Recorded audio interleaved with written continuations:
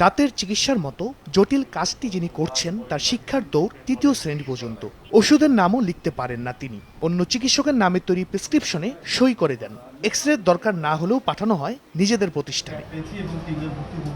এভাবে গত মার্চ মাস থেকে ডেন্টাল ক্লিনিক খুলে প্রতারণা করছিলেন শ্বশুর নূর হোসেন ও তার মেয়ের স্বামী জাহিদুল ইসলাম। 3 দশকেরও বেশি সময় ধরে জালিয়াতিতে জড়িত নূর হোসেন।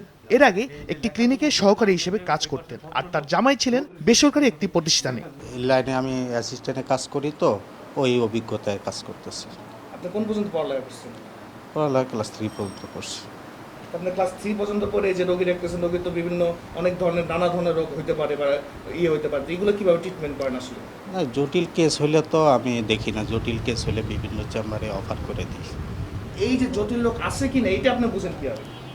অনেক সময় মাড়ি ফুলা আসলে কিংবা ইনফেকশন হয়ে গেলে এগুলা অন্য জায়গায় আমরা ট্রান্সফার করে দিই।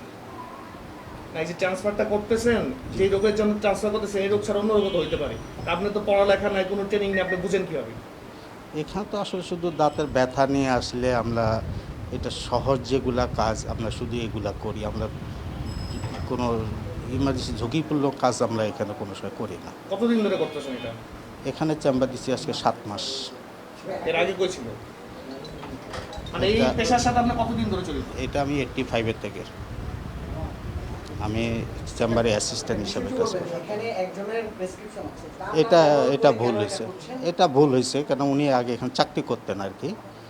তো উনি করোনার কারণে উনি চলে গেছে। চলে যাওয়ার পরে এখন নতুন ডাক্তার একজন আসছে করোনার পরে। তো জিহান কবির আসার কথা আছে যে আবার 1 তারিখ থেকে আবার সামনের মাসের আসবে।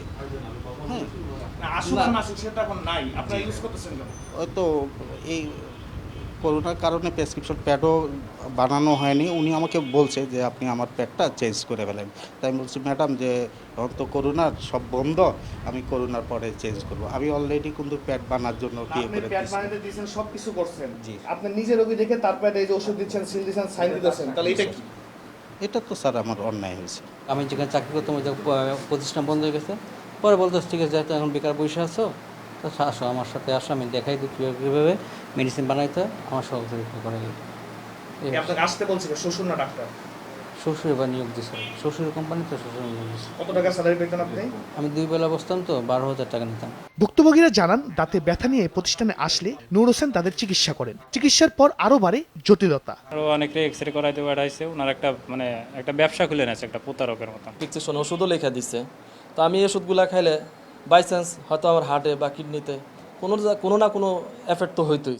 র্যাবের নির্বাহী ম্যাজিস্ট্রেট পলাশ কুমার বসু বলেন, দীর্ঘদিন ধরে এই চক্রটি প্রতারণা করে আসছে। তারা বিভিন্ন চিকিৎসকের নামে প্যাডে নিজেরা স্বাক্ষর করে রোগীদের ভুল চিকিৎসা দিচ্ছিল। এমনকি তাদের প্যাডে লেখা পঞ্চগড় ডেন্টাল ক্লিনিক আর বাইরে সাইনবোর্ডে লেখা হোসাইনি ডেন্টাল। ওনাদের কোনো প্রকার সার্টিফিকেট নাই। সিম্পল উনি একটা ওষুধের বানানটা উনি শুদ্ধ করে বলতে পারেন না। শুধু এটা না, এখানে কিন্তু বিভিন্ন ওষুধ কোম্পানিও কিন্তু স্বাক্ষর দিয়েছে। উনি বলেছেন এই যে এখানে যে স্বাক্ষরটা দেখছেন, এই যে হেলাল উদ্দিনকে দেখেছেন, এই হেলাল উদ্দিন কিন্তু এই যে যার স্বাক্ষরটা, এটা ওষুধ কোম্পানি যে ওষুধ সাপ্লাই দেয় তার স্বাক্ষর। অর্থাৎ প্রতারণার প্রত্যেকটা ধাপকে এখানে স্পর্শ করা হয়েছে। নূর হোসেনকে 2 বছরের বিনাশ্রম কারাদণ্ড ও জাহিদুল ইসলামকে 1 বছরের বিনাশ্রম কারাদণ্ড দিয়েছে র্যাবের ভ্রাম্যমাণ আদালত। শাহরিয়ার জামান দ্বীপ, সময় সংবাদ, ঢাকা।